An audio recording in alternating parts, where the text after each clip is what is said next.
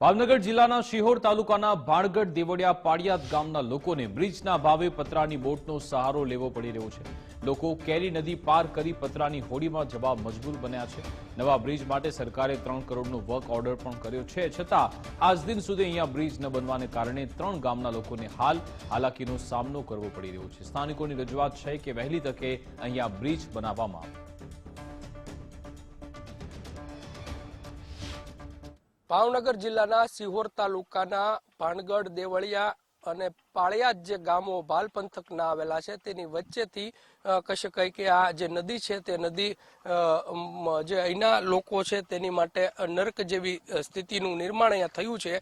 જોઈ શકાય છે કે આ સ્થિતિમાં પાળિયાદ દેવળિયા અને ભાણગઢના જે લોકો છે તે લોકોને છેલ્લા ઘણા વર્ષોથી બ્રિજના અભાવે પતરાની બોટના સહારે અવન જવન કરવું પડી રહ્યું છે। કોઈને મરણના કામો એટલે કે વ્યવહારિક કામો હોય અથવા તો કોઈ વ્યવસાયના કામે જતા જે લોકો છે તે પોતાના જીવના જોખમે આ પ્રકારે સ્થિતિમાંથી પસાર થઈ અને અહીંયા મજબૂર પડી રહ્યા છે, પરંતુ નિંભર તંત્રની આંખ ક્યારે ઉગડશે તે એક મોટો પ્રશ્ન છે। જોઈ શકાય છે કે આ સ્થિતિમાંથી પસાર થવું એટલે કે નર્ક જેવી સ્થિતિમાંથી પસાર થવું જે છે તે અહીંયા જોવા મળી રહ્યું છે। લોકો જે છે તે લોકો આ પ્રકારે અહીંયા વાહન કહી શકાય કે આ જે પતરાની બોટ છે તે બોટમાં જે પેલું કરતા હોય છે, મુસાફરી કરતા હોય છે, પરંતુ ક્યાંક ને ક્યાંક કહી શકાય કે આ સ્થિતિનું નિર્માણ અહીંયા થયું છે।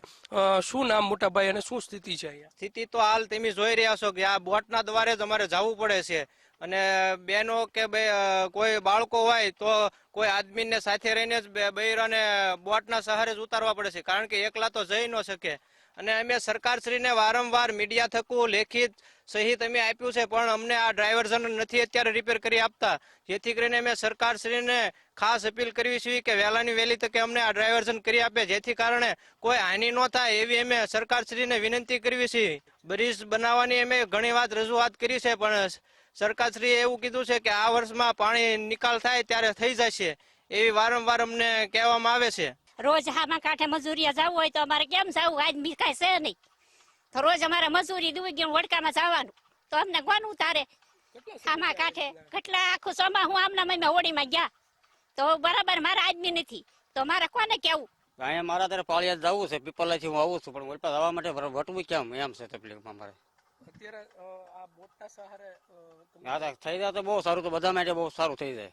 આ પતરાની બોટથી તમે અત્યારે બીતા જવાનું તરતા તો આવડતું નથી। એમ જ્યાં ઓળખું લઈને ઉતરતા આવી કે નહીં તો આ રસ્તામાં વસાળ ઘૂંસાઈ જાય છે। વસાળ એમાં હરિયા જે તોડ્યું છે કે ને એમાં હરિયા છે એમાં ઘૂંસાઈ જાય છે, અમને ઉતરવામાં તકલીફ પડે છે।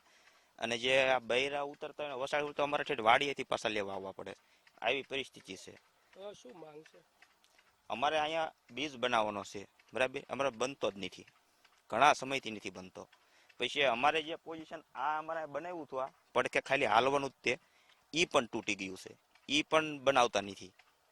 ચોક્કસથી ફરી એક વખત દ્રશ્યો બતાડવાના પ્રયત્નો કરશું। જોઈ શકાય છે કે આ સ્થિતિમાં લોકો જે છે તે પતરાની બોટનો સહારો લઈ અને અન્ય માનો કે બીજા કોઈ ગામ જવું હોય, પાળિયાદ છે, દેવળિયા છે, તે કોઈ ગામો તરફ જવું હોય તો તેને આ પતરાની બોટનો સહારો જે છે તે લેવો પડી રહ્યો છે, પરંતુ જીવના જોખમે આ સ્થિતિ અહીંયા જે મોટી સંખ્યામાં જે મજૂર વર્ગો હોય છે, ગ્રામજનો હોય છે, તેને આ પતરાની બોટના સહારે અવન જવન ગવન કરવા માટે મજબૂર થવું પડી રહ્યું છે, પરંતુ નિંભર તંત્ર અહીંયા ક્યારે બ્રિજ બનાવશે તે એક મોટો પ્રશ્ન છે।